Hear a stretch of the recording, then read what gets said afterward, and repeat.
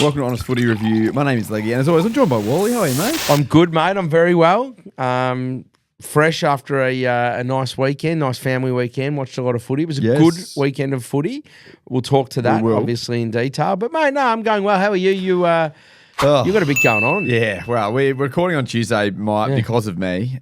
We would normally do this on a Monday, but moved house yesterday.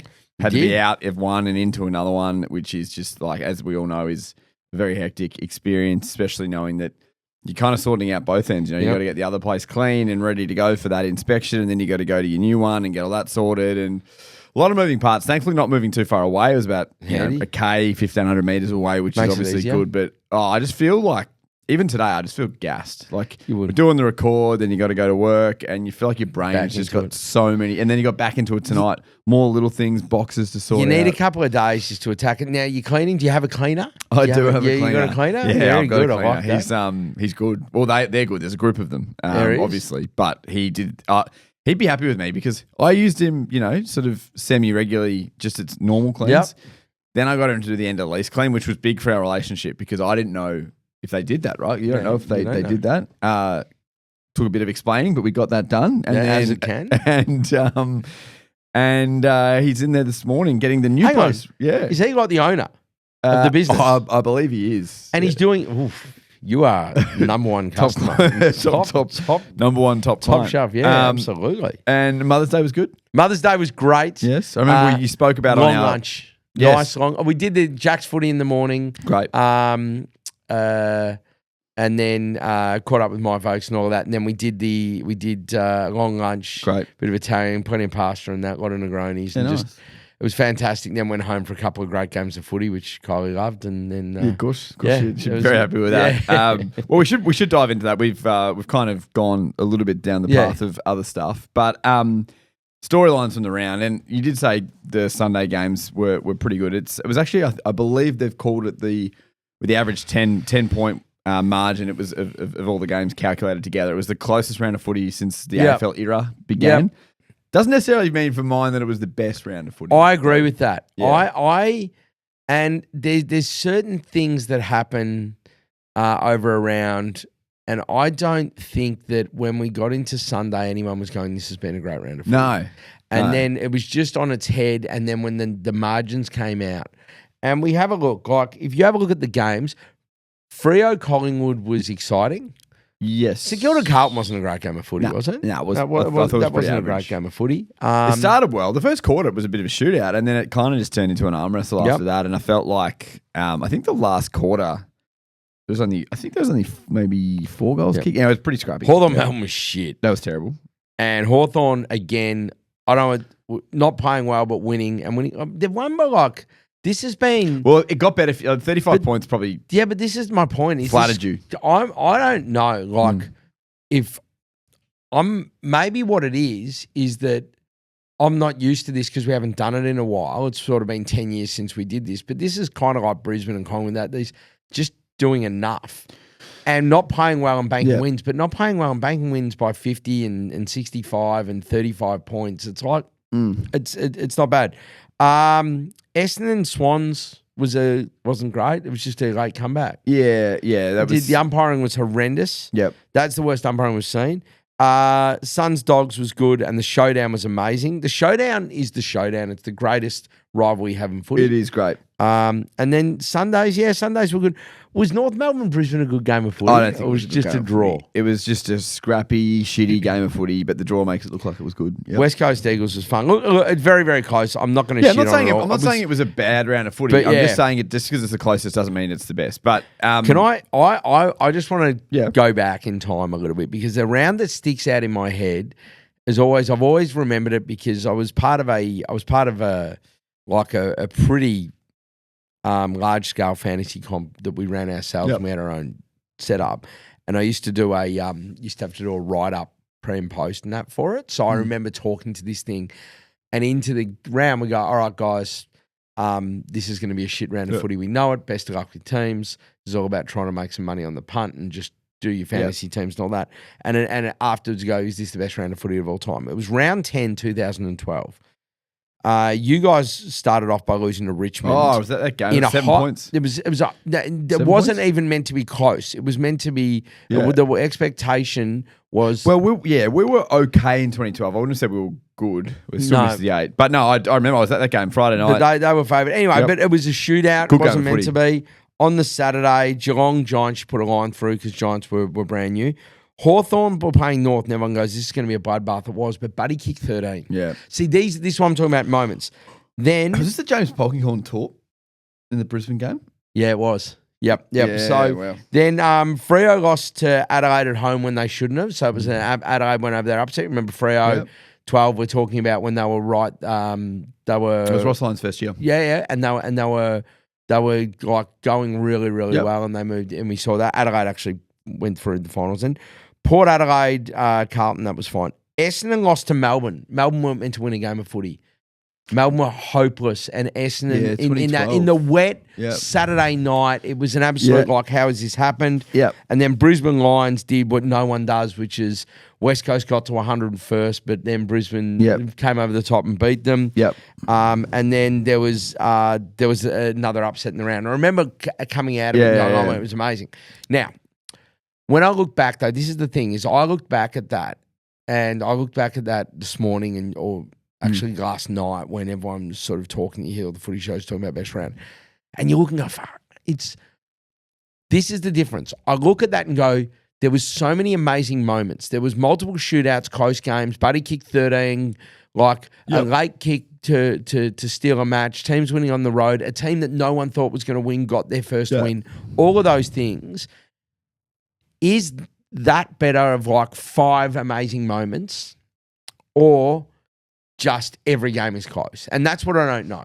I don't know which is better. I don't think you know, because it depends on how good the close games. I thought that the close games this week, a lot of them weren't particularly good. Like, I don't think the draw was good. I don't think St Kilda Carlton was good. I don't think Essendon and Sydney was good. Like, those games were just not good games of footy. Now, there were some good games. The showdown was good. Geelong GWS was good. That was a great game. Like, Hawks Melbourne wasn't good. Like, I've just named at least 4 flat out no good games of footy. What did the Giants?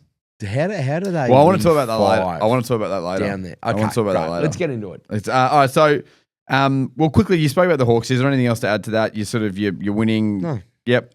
Just this. I absolutely am loving Jack Gunston at the moment. There's no there. But the thing is that, can I ask you a question? I'm a Hawks fan on this. If he continues, All-Australian? He has to be All-Australian, doesn't he? Yep. So at the moment, I was thinking about this. The 4 forwards that I would have in the All-Australian team as 2 keys, a mid and a small, because the other 2 will be midfielders, would be King and Hogan, no surprises there, and then Higgins and Gunston. Yep. Do you agree with that? Yeah. Oh, Jamie Elliott have to be in the mix as well. He would be, but I just think Jack's been Jamie Elliott. I reckon Jamie Elliott. I reckon it was Higgins and now Elliott's starting to Anzac but Day. Right now, Anzac Day was. Do we agree? Sort of. Was it the week before Anzac Day around that? Yeah, it's probably right now just Higgins, and then it's probably if the trajectory keeps going this way, it's but no, that Jesse Hogan's he's the best. Yeah, he's the best forward in the game. Yeah, definitely. Yep, 100%. I'll quickly go into the Saints. It was it was a scrappy game. Carlton definitely deserved to win. They were better, but it was very frustrating evening, I reckon, as a Saints fan. Like, there were just moments in the game. So when Filippo kicked that goal to make it 3 points in the last quarter, they had the momentum. There was just a moment where St Kilda won the next centre clearance and they were streaming forward and they just kicked it straight down the throat of a Carlton defender, and it just kills all of your momentum. Did you know, you just look at those moments and you go, there's a game that's for the taking here if you're good enough, and they clearly weren't good enough. But it's just that those games delivery inside 50. Those games are frustrating. Do you know what would be amazing? Yeah, is if you could create a game plan so Nazai's the only one. Naz's the only one that delivers the ball inside 50. Like a quarterback. Yeah, he's quarterback. Okay, so here's what we're going to do: get the ball to Naz. Imagine if every team had that. Yeah, it just that was your designated kicker. Oh, mate, footy, the inside 50 be incredible because every team have their best have a good, like somebody that's good by foot. Yeah, 100%. And it would be amazing just, but it's just that delivery inside 50 kills you. Yeah. That's why you've been so lucky to have Higgins playing like he is this year. Yeah, well, he feeds off like a bit of chaos. Yeah, exactly right. If you're a key, like, everyone has a go at Max King and he's had a lot of injuries, but fuck me, if you're a key forward with that midfield kicking to you, good fucking luck. You struggle. Yeah. But and outside of the game itself, obviously great occasion, Spud's game. It was nice being because as a Saints fan, we don't play at the G very often, and but I'm an MCC member, so it's nice when you get in there and there's actually pretty much all Saints fans in the MCC and around me. Do you know what else is a little thing that I notice more and more going to games with Jack than I do myself is when it's your home game, the amount of carry on around goals, like the signage and the noise and their songs and all of that, because it's for the kids. They absolutely love that stuff. For us, we're like just what's watching the play, what happened on the replay. Let's get back to the centre. Was there something about seeing I think the red, white, and black around the MCG? That would have been awesome. Because there's not many moments that happens. I mean, like, well, you go there, but you go there as an away team. Well, Spud's game last year, they had it as the home game against Collingwood, and then there was obviously the 2023 final against the Giants. But they're the only recent moments I can think about where it's actually been that. Normally, it's we're playing the D's or fucking Richmond or something like that. So as the away team, that is cool. So it was a good night. It was great. It was all good. Obviously disappointed to win, but wasn't necessarily going in with heaps of hope. Anyway, good to see Harry Mackay back in form though. He played really well. Deserves a lot of credit. Yes, his kicking looked good too. That goal he kicked. That last goal, brilliant. Well. He's not snapping it as much. He's kicking drop punts, but that was good to see because he's copped probably a lot of unnecessary criticism, especially considering not everyone knows what's going on. So there's probably no need to pile in. Correct. I would have thought. But anyway. Moving on to some of the storylines, we spoke about it being the closest round of footy, but I just wanted to talk about just Sunday as a whole, and I wanted to talk about I wanted to talk about the draw because we'll talk about it a little bit later on. But like, is it Tassie? I don't understand how Brisbane, who have been so good to start the year, their only losses against Collingwood, how they can have their colours lowered so much. Is it that ground? Is it the Bermuda Triangle? Last week. Okay, we know we have had players, ex-players, come on our show, and we've spoken to players in our network over the years that have told us categorically, you don't get up the same for every game. Like we say it, but you just don't. Okay, Brisbane have been winning without necessarily playing. They're up by 21 points in the second quarter. All of that. I get all of that. They have had to travel to the very bottom of Australia. Yeah. And then go over. It's not a fun trek. It's not a fun trek on a Sunday at 4:40. Like, there is no way in the world they could get up for that. They would struggle so much. So they've gone there and they've done, and North would 100% be up. I don't care what anyone says. Like, we are talking about two groups of players that are in the top 0.0001% of footballers on the earth. I say this all the time. So if you're 5% off, you're going to lose. The fact that they were 21 points up, that's one thing. But, mate, honestly, North just got momentum, a couple of things. And then there was that little patch, and I was like, shit, they're just not missing here. And I don't know, man. I mean, it probably won't mean anything in the scheme of things. That's we all think that Brisbane will be a top 2, top 4 team. And the other thing is their percentage isn't great. Like, the draw at this stage is a win. Yeah, 100%. The draw is a win at the moment. Yeah. Because if they were on the same points as anyone else in that top 4, they're fourth. Yeah. So the draw, it's a long way to go. But I don't know, man. Like, bizarre. Yeah. North. Let's talk about North. I mean, it's not hard because we're going to get. I think I've already looked at some of the questions. I'm not hating on North anymore. No, but they needed it because they needed a win. They started okay the first few games and then they've become listless. They need a win. The last. Well, they got Richmond this week, and Richmond now. I think that Richmond will. I think they could get pumped because Richmond. I think it's fair to say have avoided the spoon. Yep. They've covered their win line. Yep. They still want to make sure they've got a top 3 pick. I know. They get Norths as well. So Richmond's going to have 2 picks in the top 5, which is amazing. Richmond now is job done. They have done their job. If you're North Melbourne, knowing that, you have that's to my win point. this They game. were pumping this week. Richmond's job is done for the year. Yep. They have done everything they need to. All we want to see now is Josh Smiley fit and a couple of these others. Keeps Uze in the job. Yep. A lot of people are saying that Uze's just in there for a couple of years while they're a basket case and they'll move him on. But you can't really... Okay. Quick sidebar there. There is at the moment unemployed John Longmire and Adam Simpson. Mm-hmm. Ken Hinkley will be added to that. You are a young Richmond team.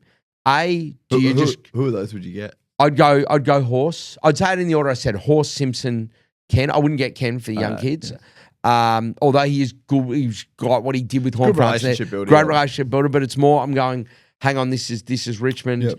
They need Adam Simpson. Seems to have a little bit of acid about the way he talks to people, and he gets. He's got a little bit more edge, let's call it, than I thought he did. And I like that, and especially with Richmond. And I think he'd handle punt road just fine. But John Longmire is John Longmire. And there's no disrespect to anyone else. Him with a year's freshen up. Just saying. Him with a year's freshen up. Yeah. That young team, more draft picks.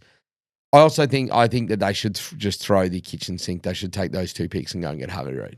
Yep, I agree. And I think that once we see Harley Reid at a club he wants to be at, in a state he wants to be, playing on the biggest stage, I think he'll be an absolute superstar. Agreed.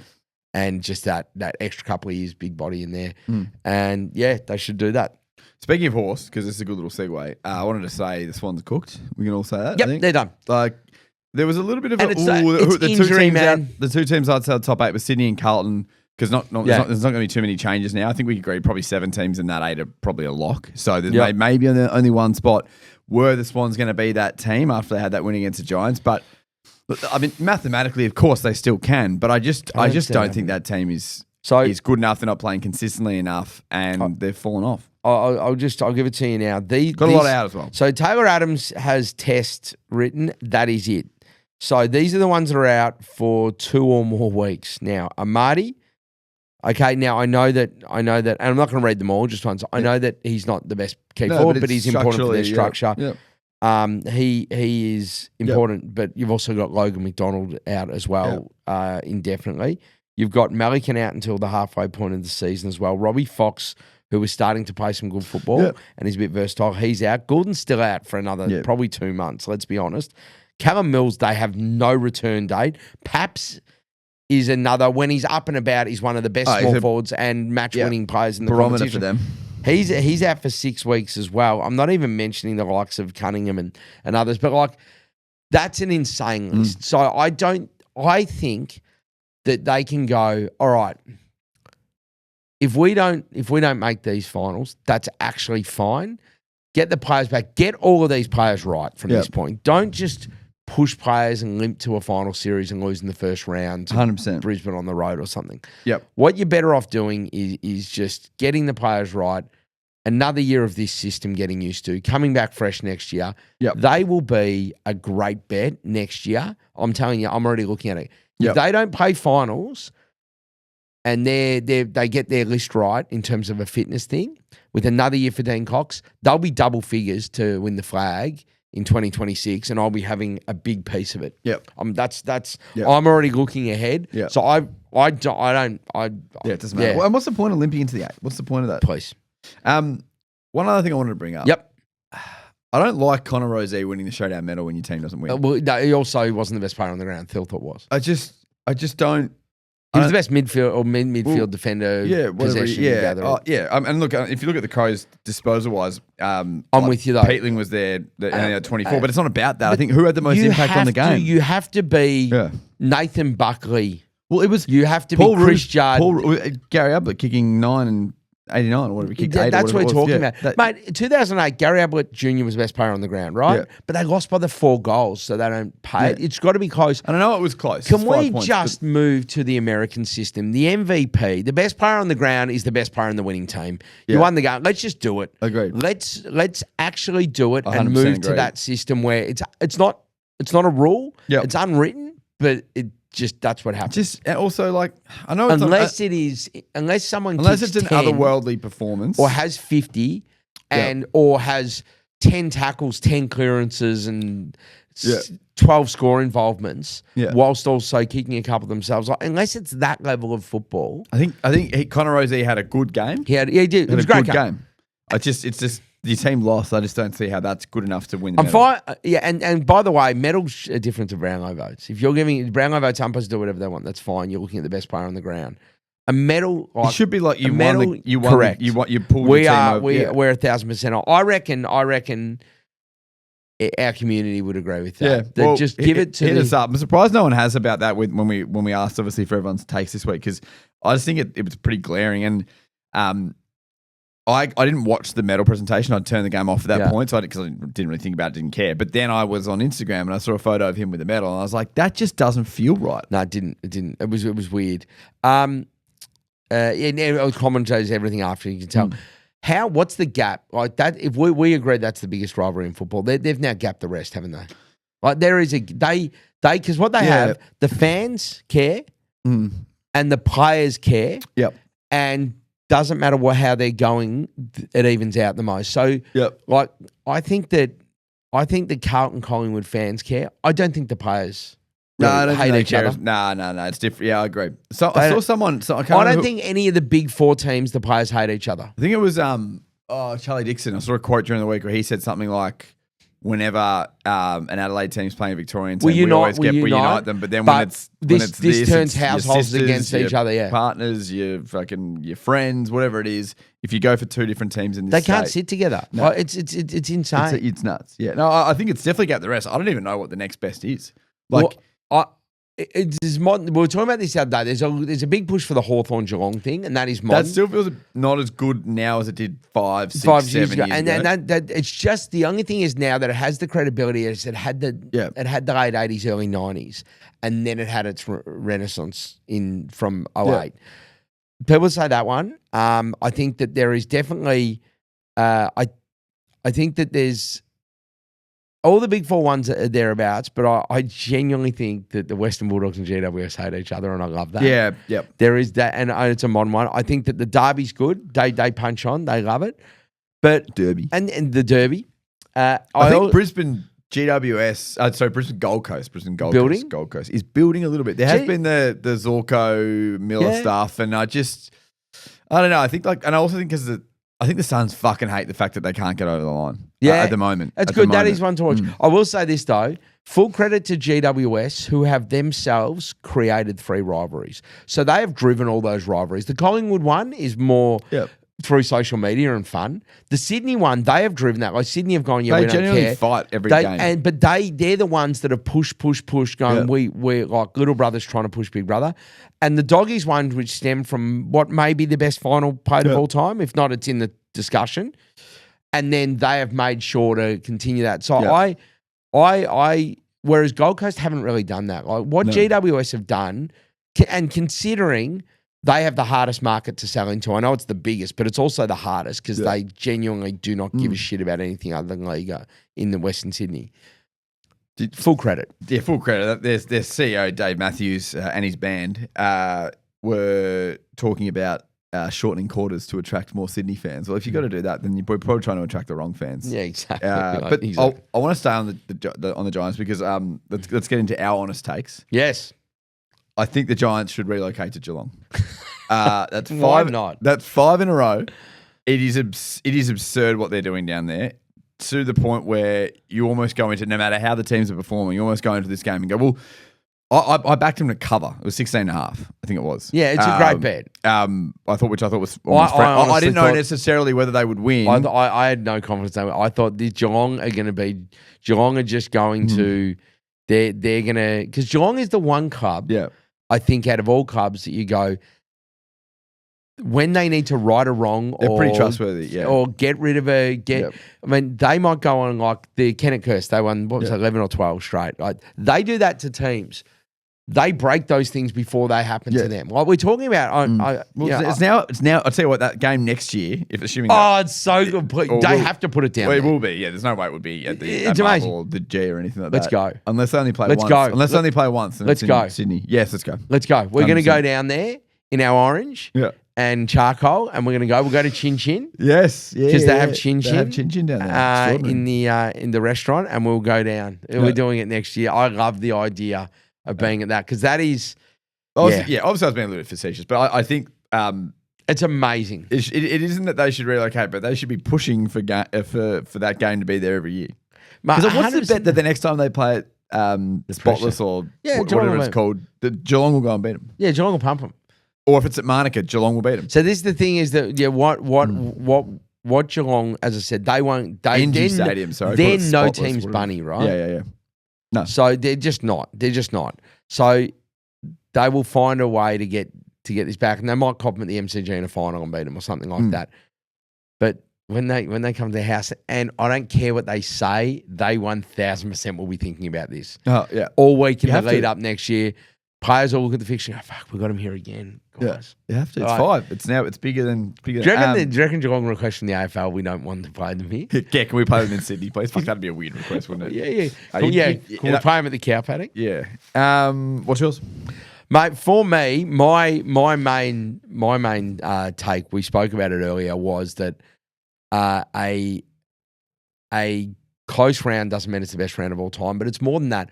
I think we've seen a lot, and we overreact. A close game of footy, and we're seeing it more and more, isn't necessarily a good game of footy. And I had this discussion. We have. Everyone was talking about how good the Hawthorn-Geelong Easter Monday game was. I was watching it. It with wasn't. a couple of neutrals and another Hawthorn supporter, and we're going, and we're watching. We go, they're going to say this is a classic, aren't they? And we go, this is not a good game of footy because the errors were unforced, not driven by pressure. And the scoreline was driven by errors. So that tells me, okay, nothing wrong with St Kilda, Geelong, 09, low scoring, pressure. Fremantle down at Geelong in 13, the first final, pressure, drives, errors. Great. Also nothing wrong with high scoring, close game of footy.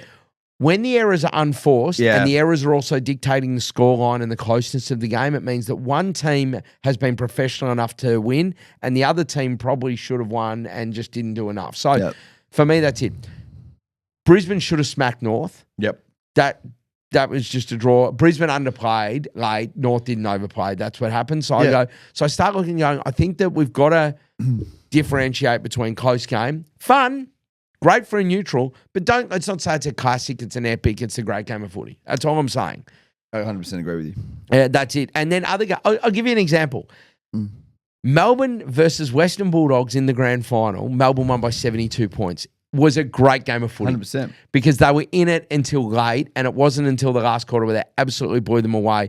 Halfway through the third, the Doggies were up by 2-3 goals. 19 points. Yeah, exactly. So Bond kicked his second or his third. And it was it was seesawing. It was electric. The other cool thing about it wasn't just goal for goal. It was goal for goal, and it was electric. So the scoreline doesn't always tell the story. Agreed. Doesn't always tell the story. That's my take. Moving into the community. Yes, please. Kingy, speaking of North. Our man. Yeah, North is cursed. He's our North supporter. Everyone will know one North supporter. Kingy's ours. He's ours. We said the curse. He also said, but honestly, can I get a take on was North good or Brisbane average? You kind of answered then. I think North were better than they have been. North would have beaten half of the comp. But I think that down there as well. Most of the top 8 sides would have just taken care of them. Yep. That's the best way. I think that if they'd have copped if they'd have copped a Melbourne, a West Coast, a Richmond, if they'd have copped a Freo away from home Sydney the way they're going, yep. Sydney the way they're going, probably us. If they'd have copped a heap of these teams, even a Port away from home, if they're I reckon they win. Yep. If they had have played any of the other sides, who were on. Yep. Brisbane were a bit off. Yeah, that's okay, mate. Take something out of it, though. I think clearly Brisbane were off. And you could probably tell that all game if you were watching it. It felt like if Brisbane had just got across the line by 2 or 3 goals, you would have gone similar to the way the Hawks have been playing lately. You would have said that was just professional. They got it done without overextending themselves. They got it done without having to play. They to just the level. looked like we just want to break. Like they just looked. Yeah. Yeah. Anyway, yeah. King, I think you'll beat Richmond next week, and I'll be laddering that. I haven't seen what the line is yet, but I'll be laddering that bet. I think that they'll pump Richmond. Let's have a quick look at that actually, because you got the questions there. I'll tell you right now what we're staring at what it is. In terms of the line as we just head into a impromptu punters corner. The line of that game, the 110 Sunday, which is appropriate. The line. What would you think the line is? This is tasty. Really? 8.5. I was going to say 6.5. Oh no, I'm wrapped. I think if I look at the two teams, and then I'm reading into this, but Richmond have now, like Richmond's done their job. They've got up for that, and I'm like, do you know what? North are going to come back. They've got to take confidence out of this 8.5 point line. That means you can take a good price at a 20 and a 30 and a 40 plus. Yeah, I'm wrapped. Next one. This is good from DT. The AFL should play the draw theme song after a drawn game. I don't mind it. What would it be? Are you mentioning that like we are the draw, or is it more like a generic AFL theme song that's kind of like about footy? Is it just yeah? There should be something that they do that's different. There needs to be a song. It's fucking dull. It's What could it be? Okay. I haven't seen this. I'm too old. Olivia just said there's a draw song. There's a draw song on TikTok. Okay, great. We should play that. We should maybe play that in the. Yeah, we'll play it. But they do need to play a draw song because otherwise they'll just go back to the well and play up there Kazali or Holy Grail or something. I haven't heard the TikTok one yet, so I can't comment. We'll play it in the show. Maybe now's a good time to put it in. But what would be your kind of, if it wasn't a good song, what would be yours? What would you? Okay, so a draw song. Like you set up there, Kazali. No, we don't. Let's move on from that. Okay. No. We probably should move on from that. I think that ever since the Hawks came out to Fiend in round one, I think that we've taken a step in the right direction. Yeah. Because you think about you see Virginia Tech coming out to Enter Sandman and stuff, and then we come out to these old poppy songs, and it's great, and they sound great when they're being sung. Yeah. But I just think occasionally you want to come out to a little bit of something. Now, draw's a bit different. Is it something somber? Is it something? Well, they always say it's like dancing with your sister. Yeah, so, it is. It is. Is it something a little bit more chill, a bit more relaxed? That come, just I don't know. Well, it shouldn't be something hectic because you've just had a draw, and to be fair. What's that closing time by Semisonic? Yeah. Well, it's not bad. Because both teams both fan bases are one team goes we let one slip, the other one goes maybe that's bonus, but I'm still not happy. Do you know what I mean? Just something light, like that. Do you know what they play in Yankee Stadium when they lose? That's Life by Frank Sinatra. Yeah. That'd be great. That's Life. It's not bad. That's Life by Frank. You're just echoing out the MCG as fans are walking out. That would be. I just think they do sports so much better up there. How cool is that? You're leaving, your team's lost, but you can still listen to Frank and kid, that's life, and it's just so cool. Good resilience builder for the kids. Just so good. Anyway, let's do it. Smitty, big Tigers man, has just said Tom Brown. There's nothing else to say. Brilliant. He's an interesting player. So right. He was last year. He was. Kind of came on the scene, and good ball user was the big thing on him. I didn't know he had that level of pace. Like he closed unbelievably quickly. But perfect tackle. Yeah, but also it's the fact that he made an error and then the effort to correct the error. Yeah, and then he recognised that. Yeah, brilliant. Fuck, this guy gets AFL footy. Those things interesting. I know we talked about it briefly, but. So I actually, controversial opinion. I didn't think he was that bad last year because I thought their list was shit house last year, and they had all these senior players that wanted to get the fuck out of there, that didn't care, and like some pretty average performances. I thought they had Tom Lynch injured for most of the year, and I thought that and I only won a couple of games, but they were in a lot of games. There was a lot of games where I thought they'd get pumped, and they lost by 4 and 5 goals. And I thought they tried hard. What are people more worried about? Like his actual game day coaching, so the strategy coaching, his strategy, or are they worried? And then tactics across the day. I don't know. Or are they worried about his people management? I don't know. I've seen some of the snippets on social. I don't mind the way he speaks to the playing group. I think he sounds quite mature, but also he's relatable. Is he a Fags? He's also been... Is he a Fags where he isn't the runner? He takes a step back. He just has the discussions. He's a good people manager. He was at the Hawks. He was at the D's when it appeared Goodwin could coach, which it doesn't appear he can at the moment. I don't know. I don't mind him. I think he definitely gets an opportunity to sign another contract after this. What if they win 6 games? Yeah, exactly right. I think he'll sign another contract here. Is Alistair Clarkson becoming the Redouch choice of coaches? Yeah, I think so. Because it's insane. Because I think that if you go back, I think it's John Kennedy Senior is the Dane Hill, and I don't know who the Carbine is. That's all for the racing fans. Yeah, but I think that he is, because it's actually scary the amount that have come out of his coaching, his coach's box. And then what's going to happen is you'll have offshoots of them now. Like Dimmer Hardwick's got multiple now that are coming through. So it's an interesting one, who of course came from Clarko. Yeah, 100%. It's a good call. He had Ben Rutten, which didn't go very well, Dimmer, but that's... you can't, you're not going to win them all. All right, what else we got? Interesting one from Chalk. Completely Chalk chat. Nothing to do with football at all. He said... He's talking about going to the pub? Talk about how you want to fight Josh from 2.5 beers. We like Josh. He's the only one on that show we like. Oh, is this? Yeah, okay. So, Chock, let's be clear. It's not your brother that we want to fight. Yeah, it'd be you. It'd be you, mate. Josh. Yeah. Josh is a good. We love Josh. Yeah, Josh is a great guy. Remember he sat in on one of our episodes? He did. And then, mate, he loved it. And we loved having him in there. It was great. No. We should get him on.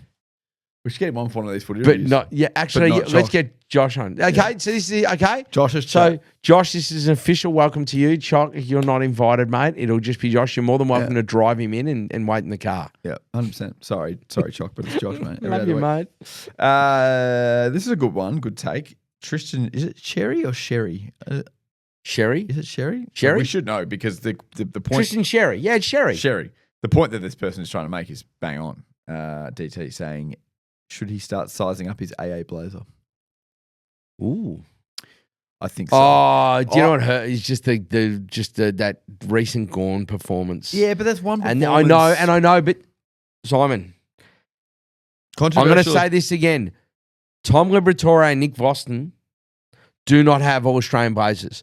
So yeah, I know. Gorn will get it because he's. I think that we need to be very, very careful. Gorn's at the Scott Pendlebury territory of getting it because his name. Yeah, I love Pendles. Don't get me wrong, but there's a few that I don't think you should. Selwood? Yeah, probably. Danger. Can I just say this? I think that there have been 2 rucks that have been better than Gorn. Dean Cox is one of them. No, I'm talking about this year. Oh, I thought you meant history. I was going to say Sherry and Dean TDK Cox have been better than Gorn. More consistently better. Okay, yeah, that's fine. I think that more with Gorn, it's the fact that people are going, here he comes. No one's suggesting. I think if he did it today, I think that either of those two would be fine. I think I'm just saying. Up until now, I'm not saying that ends up being the way the season plays out. Friend of the show and a genuinely good mate. Nathan Brown was on the Sunday Footy show. Said that Lloyd Meek, I think we can all agree, is the best ruckman in the game. And I'm watching. Oh shit! When he did it, I went. I just thought to myself, I go, fuck, you're gonna just absolutely cop off that because I love what Meekie's doing there, but like, I think saying I actually think Tim English has been better than Gorn this year too. So I'm going to throw three at you this year. Yeah, he's had, but I reckon he's on a trajectory like Gorn where his last month's been really good, and we've started to see it a lot more, and maybe earlier on. So I think you're wrong. For me, he'd be getting the nod though. Sherry would be getting the nod. Yeah, I agree. And I think it's also, we know they have to earn their spots previously. We know that everyone gets it in their second or third year, unless it's a position that is needed or it's an amazing year. So, for example, if you're a small forward that comes out and kicks 50 goals, you haven't done. Like Chad Wingard when he was like 19, right? He got it. He had this amazing year. It's like, well, he was clearly the best small forward. We have to give it to him. Small mid forward. I think that Sherry's last year helps him this year. So they'll have eyes on him because there was a lot of talk about him getting it last year. And then he didn't. I think that helps him. I'd be hoping he does because he definitely deserves it at this point. There's one question here that we can't do now. Okay. Maybe we go away and do it, but give us your current All-Australian team. Can you just go straight from the back? Okay, so starting at the fuck, how boring would that be? You do your back pocket, then I'll do mine. Do your full back, then I'll. Now it's so boring. I'll ask you a question. Okay. Is Zach Merritt the All-Australian captain at the moment? I don't know if he's in the team. He's in the team, or is Jordan Dawson? Who's actually? I think Merritt's been better than Dawson. Well, they're both. It's, who? I asked the Australian. When Buddy was captain, what a joke that was. When Buddy was captain, mate, Brad Johnson got captain. Brad Johnson. But they did it a lot. Didn't they give it Tom Hawkins one year? Maybe. I reckon they did. I might be wrong there, but I think they, for some reason, they started doing that. They went a little off script. Now they're back. Toby Green got it. I think before, but I think didn't he get it before he was captain? He was captain. Oh, he still was? I thought it was before the year before he got captaincy. No, he was still captain. He deserved it. I think Merritt's in the team. I don't know if he's captain though, but I don't know who he's captain. I need to see the team in front of me and think about. In this vein as well, given how well he's come back, and he's going to miss a quarter of the season. Will Bont make it? If he keeps going the way he is, yes. Yeah. And if the Dogs keep going the way they're going. If he keeps going the way he is, he could win the Brownlow medal after missing, 6 games? Yeah. He missed 5 or 6 games? 6? I think he came back around 6. So, you have 6 games, because they didn't play opening round, so it's fine. 5 games. 5. So, but like, he could 100%. Of course he could. And then my last one for you on this. Yep. We know the key forwards. We know who's dominating there. Who would be your 2 key defenders you'd pick? Ooh, that's really hard. I don't know. I need Cal Wilkie? I don't think he's been as He's been good. Don't get me wrong. I just don't think he's been as good as. And I think the Saints' performances probably don't help. So who would you have? I'd be looking at Taylor and Wiedering. I've watched a bit more Carlton footy than I would have liked this year, and Wiedering for the first half of their season is the only reason they were even in game. He's incredible. I'd have Harris Andrews in there. Harris Andrews amazingly missed last year, so I think he'll get. But I'd be. Can I tell you, because of the roles they play, I would be happy with them naming. Darcy Moore's been pretty good too. Yeah, he has been. But I'd be happy with them naming Wiedering, Taylor, and a Moore or an Andrews, given the roles they play. You can have all three tools because they play different roles. Like Taylor and Wiedering are different to Harris Andrews. Yep. So I'd be more than happy to have those three. Then you could have who's your Whitfield, your Naz, who's your one giving you run off the half back, who's that player, and then you can have your mid-size. And like they'll probably still find a way to put a midfielder in the back line. Can I just say as well, it's a little bit niche, but Zach Reid from the Bombers, he's not going to be an All-Australian, I don't think, because it's his first year, even though he's been around for a few years due to injuries. But the Dons have found someone there. Yeah, he looks fucking good, and he's not getting beaten in one-on-ones as well. Now, just to round out the All-Australian chat, someone that you mentioned a couple of years ago would be a future All-Australian that used to play for you, that now plays for us. He is showing every signs that in the next couple of years he could be an All-Australian. That's Josh Battle. Do you think he's better than Barras? He's better, isn't he? I think he's more versatile. Yeah, but I think that they both play. I mean, it's just his age and how he's going to be moving forward. He was the one we wanted, but they're just so complementary. Barras, one of the Dad's Jack Schools Hawk Sport I was chatting to after the first couple of weeks, he described Barras as advertised. And I said, that's the perfect way to describe it. Exactly what you thought you were going to get, you get, and he does it for your team week in, week out. He's so reliable, he's so good. I just am starting to see some other strings on the battle bow, which you knew about. He's a great boy. That I love. Yeah. I love. He is. No, very underrated. He is getting into scary areas that he could be the next one. Well, he could be the next one. I always thought that goes on the back of the Jack's jump up, which is that's. I always thought because I watched him closely, but I think it's the off Broadway thing. Like there are so many players at other teams that are like him that just never get spoken about because of who they play for. Yeah, exactly right. And then there are players that play for big clubs that get spoken about too much. And they become overrated. And now Battle will start to get. Now he's at the Hawks. He will because at the Hawks. Yep. Yeah. Anyway, just last one on that actually on the Ball Magnets podcast with Tom Mitchell. It's a good podcast, by the way. Josh Battle was on that, and I think a week or two ago, and had a very good answer about the question about leaving. Just thought like it was very honest.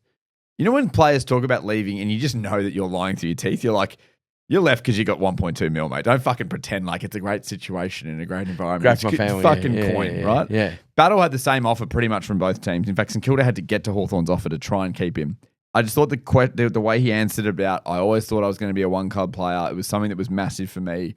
And for most of last year, I thought that was going to be the case, and something shifted, and it was probably more about the pitch and the holistic view from Hawthorn. Just thought it was a really good balanced answer as opposed to someone who's just, they're fucking lying because you got 400K more, mate. Just tell us. Nothing wrong with that. Nothing wrong with it. Just tell us. It was just a good answer. But that's all. That's all from the community. Anything you're looking forward to this week? I know this week's game. Yeah, I actually think now you've spoken about it. Richmond North, to me, now feels like a game.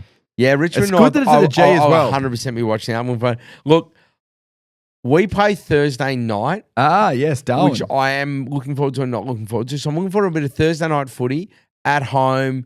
It's just, we'll be able to, because I've pretty much, the only game I haven't been to was the game we played down in Tassie. So I've been to the Interstaters as well. Yep. Because I went to the opening round in Sydney and I went to Gather Round. So I've been everywhere. So I haven't really watched much footy from the couch. And that GWS one I watched with you, well, you wouldn't remember it, at the Erica. I didn't have the friend of the pod legal advisor Chris Bew's birthday. And then like we're in bits. Pissed. But so I haven't watched a Hawthorn game on the couch. Yep. So I'm looking forward to doing that with Jack this weekend, this Thursday. But I think we're going to get pumped. Yeah. And when I say pumped, I just think that they'll win. Yeah. They're just so good up there. I think that we've been going around. The only way we don't is if this is the week where we click back into gear and we come out and we play like we did early. Yep. So if we come out and play them like we came out against Sydney, or how we finished off Essendon or Carlton early on in the year, or how we played in the second half against GWS, that footy, or just how we played the back half of last year, we can beat them. Yep. Obviously. If we play like we played in the last month, we won't win. We won't. We just won't. We got pumped by Port, and then we were horribly against Geelong, and then we've been average for 3 weeks. So we'll wait and see. But even through all of that, homemade pizzas, me and the boy on the couch, watch a bit of footy. I'm excited for Dogs Essendon. I think that's going to be great. I think because the Dogs have been really good, but they obviously lost last week. The Bombers. Saturday night? It's Saturday night. Marvel? It's at Marvel. I think it's going to be a good game. The Bombers have played one game less than. They're 5-3. They're sneakily 5-3. I backed them at the start of the year to go over 9.5. They do this though. This is what they do. This, but I think that they deserve credit because they lost the first couple of games of the year. They were absolutely smashed from pillar to post, and they've just quietly. And look, they haven't beaten a lot. Don't get me wrong. You can only beat who's in front of you. True. I thought on Anzac Day in patches they played really well and they took it up. Collingwood, that just showed how good Collingwood are. That 40 points, whatever it was not the true reflection of the game. We only beat them by sort of 4 goals. They were okay against us. And I think like the Dogs have been really good as well. The reason why I'm looking forward to it is if the Dogs rock up and do what I know they lost last week, but do what they have been doing, and if the Bombers just get absolutely run over, then we can go, okay, well, this little 4 or 5 week period's been a bit of a flash in the pan. If the Bombers take it to them and win, wow, and they're 6-3, well, it's like, they're what is their ceiling? Yeah, it's exactly right. So I think that and again, like, you know, Nate Caddy starting to get it together. I mentioned Zach Reid before. Yep. They're playing at the moment without a ruck. They've got Todd Goldstein, who's 36, but he looks like he's 56. Yep. They're doing a lot of stuff right under duress. I think Brad Scott deserves a fair bit of credit. The midfield's starting to play a little bit better and look more cohesive. They've had some shit wins too. Like the North win and the West Coast win weren't good, but they still won. Look what Brisbane didn't win. Like you still have to get over the line when you're not playing well against these shit teams that make you play down to their level. So credit to them. But that's what I'm looking forward to. Yeah, very good. Saturday as a whole is good because you got Collingwood Adelaide starting as well in the early game. Footy. Mate. So Saturday, that a few Arvo beers into the night game, you can't go wrong. It's a fantastic day of footy on Saturday. Well, you've been great as usual. Likewise. Until next week, go Saints. Go Hawks.